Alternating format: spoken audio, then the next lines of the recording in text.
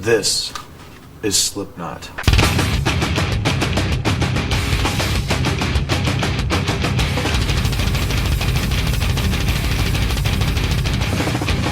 We're just an army.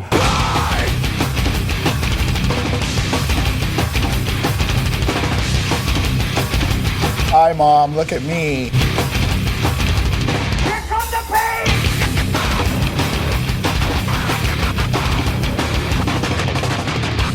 Smack me in the face. Come on, harder, man. Come on, harder. Like this. Come on, get back on it. Hit me, come on, dude. Like that. Hey, show me what you wanna be. I can handle anything, even if I can't handle you. Either way, I better be. Craziest people live in Des Moines, Iowa. And not a lot of people know that, but they're going to now. When shit was out, take it, and I want somebody to step off walls. Let me fall, fuck you all. Get a grip, don't let me slide till I drop the ball. Fuck this shit, I'm sick of bitching, going down, this is the war. My name's Sid. I'm the DJ guy, and I'm the filth epitome number 0.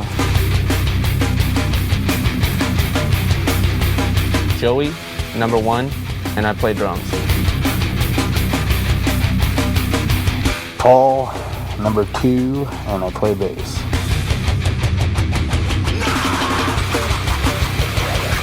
Chris, number 3, percussion.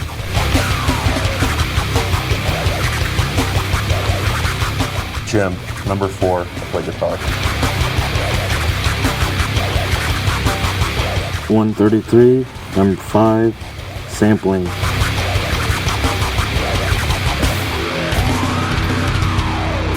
Clown, number 6, percussion.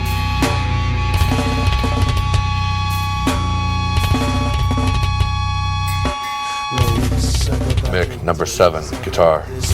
Back away from tangents on the verge of drastic ways. Can't escape this place. I deny your face. Sweat gets in my eyes. I think Corey, number 8, I'm the singer. Put me in a hole for a shelter. Someone hear me, please. All I see is hate. I can hardly breathe and I can always take it. Hands on my face over. We wear the mask because we're nobody.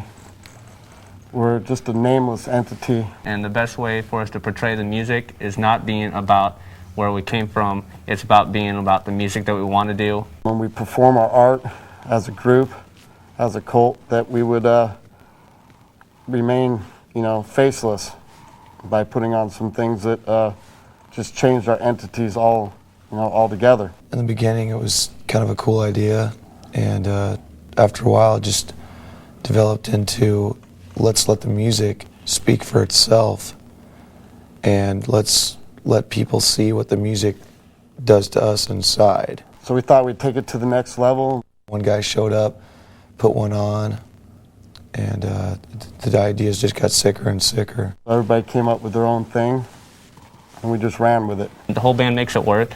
It's a family that way. I kind of get out of my gourd. I don't know. I don't think very properly when I got it on. It's a different outlook, and it's a different persona for each one of us. Just basically represents everything that I hate inside. And maybe it would be a little bit different if we weren't wearing the mask, but we'd definitely be able to throw it down just as much if we weren't wearing it.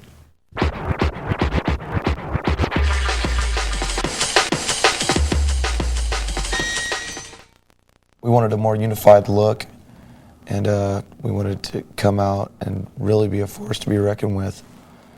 So we all started wearing the coveralls with the barcodes. And to be in an army together as a band and a family. Basically making fun of the fact that a lot of today's music is a product. It's bought and sold, and basically it's here today, gone tomorrow. It's our kind of mockery towards that whole thing. Everybody fell into a number. Everybody has their reasons. I was walking through a rendering plant one night. My friend works there, and I thought 1, 2, 3. The number 8's been in my life since I was a kid. Me and Balls are pissing shit. His is a piece of shit. Or I am the shit, I don't know. So I'm like, the drums, and that kind of is where it starts, sometimes, so that's where the 1 comes in. It's on the arm, you look at it, you figure it out. Maybe you have your own number, maybe it's in your head somewhere, and maybe you'll display it on your sleeve someday if you know what's going on, I felt the air rise up in me, little down and clear the stone on this. I wonder how you don't have 9 members. We have 9 layers. 9 layers of just music and orchestrated whatever, madness. We get together, and without, one of the members, it doesn't work. We need all the 9 people. You will listen to the album and you will hear all these layers that you will fall in love with. And then you will come and you will see the show and you will understand where all the layers come from by watching everybody on stage. And then you will look at all the other bands and wonder why they don't have 9 members, as you say.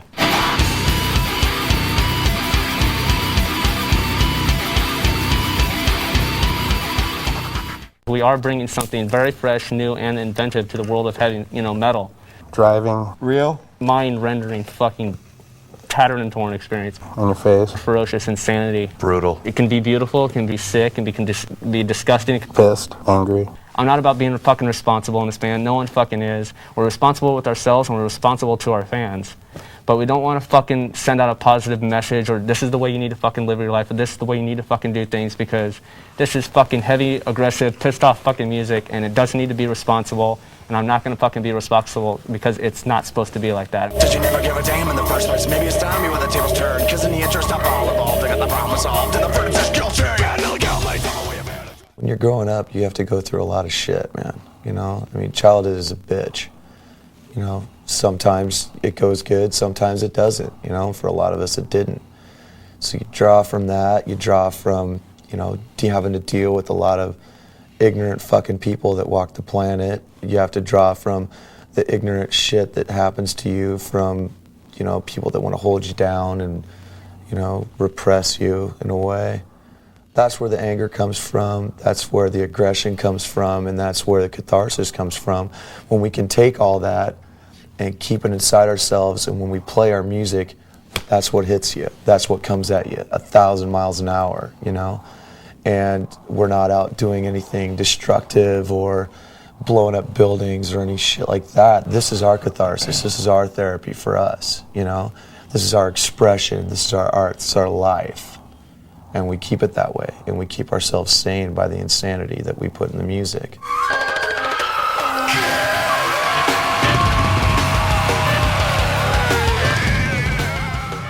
Best fucking album I ever heard. Basically 9 people working out every poison that ever infected them in their life and putting it on tape. It's been probably the hardest thing I worked on in my whole fucking life. One of the biggest labor of loves that we've ever had to do. It's everything to us. It felt really good, and it sounds really good. The most we can wish for is that everybody will listen to it and they'll like it, It's going to be something we're all going to be very proud of, whether it sells 1 copy or 1,000,000 copies.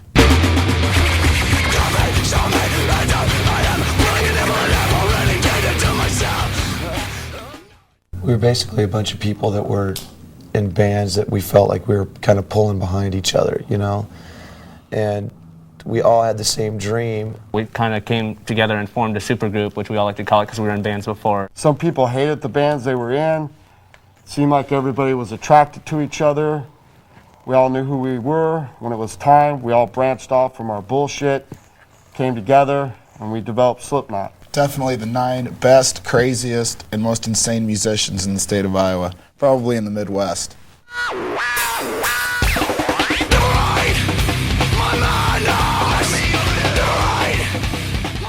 We had a song called Slipknot that transformed into a different song called Sick. And now the song and the band name are 2 separate entities. It's a totally different song, but the name Slipknot became the band Slipknot, and it just fit. There really is no overall meaning that I think people that can grasp a hold of. There is for us, and I think as the band goes on, maybe, it will develop into their lives that way like it is for us, if that makes any sense at all.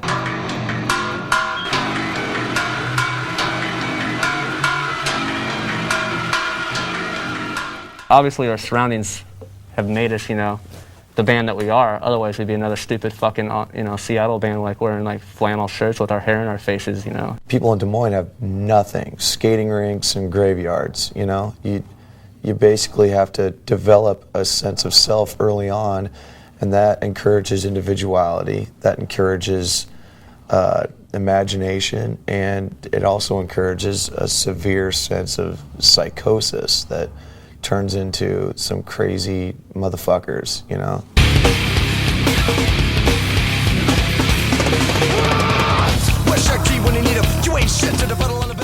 There's so many ideas, and that's the great thing about having 9 people in this band. A lot of people bring a lot of different things to the table. Mick here, he'll be out, maybe eating pizza.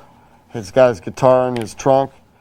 He'll get a riff, he'll get on a payphone, play the riff on the phone, call up the riff later on his answering machine, bring it to practice, we'll listen to it at practice, maybe come up with a riff. And then, you know, we fit the bass in, and we bring like the 2 extra cannon drums in with the kegs, and then the sampling and the scratches will come in. Corey will like be listening to it this whole time, getting the vibe on, and, you know, searching his soul, and the lyrics come out, and then, you know, after the next few practices, it turns sick and it's solid. Sometimes we'll just start jamming on something out of the blue, and it'll turn into a song. If someone's got a great idea and it works and it fits the format under the name Slipknot, then we use it. Everybody gets their input in there and becomes a Slipknot song.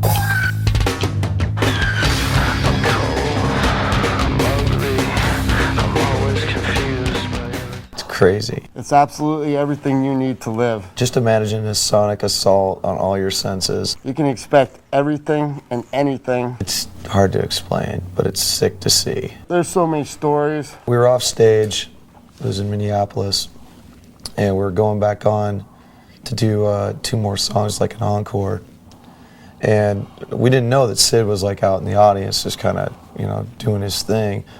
He comes back on stage and out of nowhere proceeds to just headbutt one of the kegs, like just violently. He shoved one of the metal eye parts into his eye, cut it all open, and we didn't even know, so we were slapping him around, and he's bleeding all over the place, and we thought it was funny. We've broken each other's bones. We've blown sparks over the crowd, left the first 20 rows on the ground with sparks all over them. We've broken cappuccino machines, stitches. It's extremely sick and brutal, but it's all within the realm of being controlled and having fun, and everyone leaves, you know, with a positive experience, getting all the negative stuff out, you know. It's a pretty cathartic thing.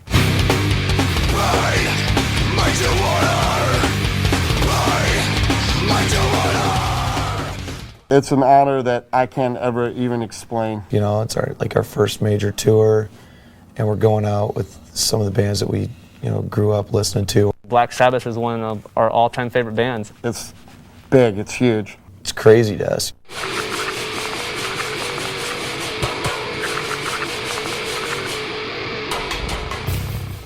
When I was growing up, I turned to the music to just help me be free for a little bit, you know? And I hope they get that out of it. I hope they get a positive message for them, you know? Where they don't have to answer to anything or anyone. They can just be themselves and leave cleansed. In the strangest man of that head broke away my tears found as it lies. Diagnosed with some terminal disease so I can blast my head off on stage. 1 year, 2 years, world domination, 5 years. You know, we could be playing Vegas. We don't know. We don't need to sell 1 million albums to be happy. We just need to, you know, the only thing we need to do to be happy is to keep making fresh, intense, original music, and, you know, and keep putting on a live show and have, you know, a significant number of fans to keep it to where we can take it to the streets and keep building our fan base over a long period of time. If it gets to be a chore, man, we'll let it go. It's gone. But as long as it excites us, and as long as we can stay into it, and as long as we can break new ground as far as we're concerned, we'll do it forever.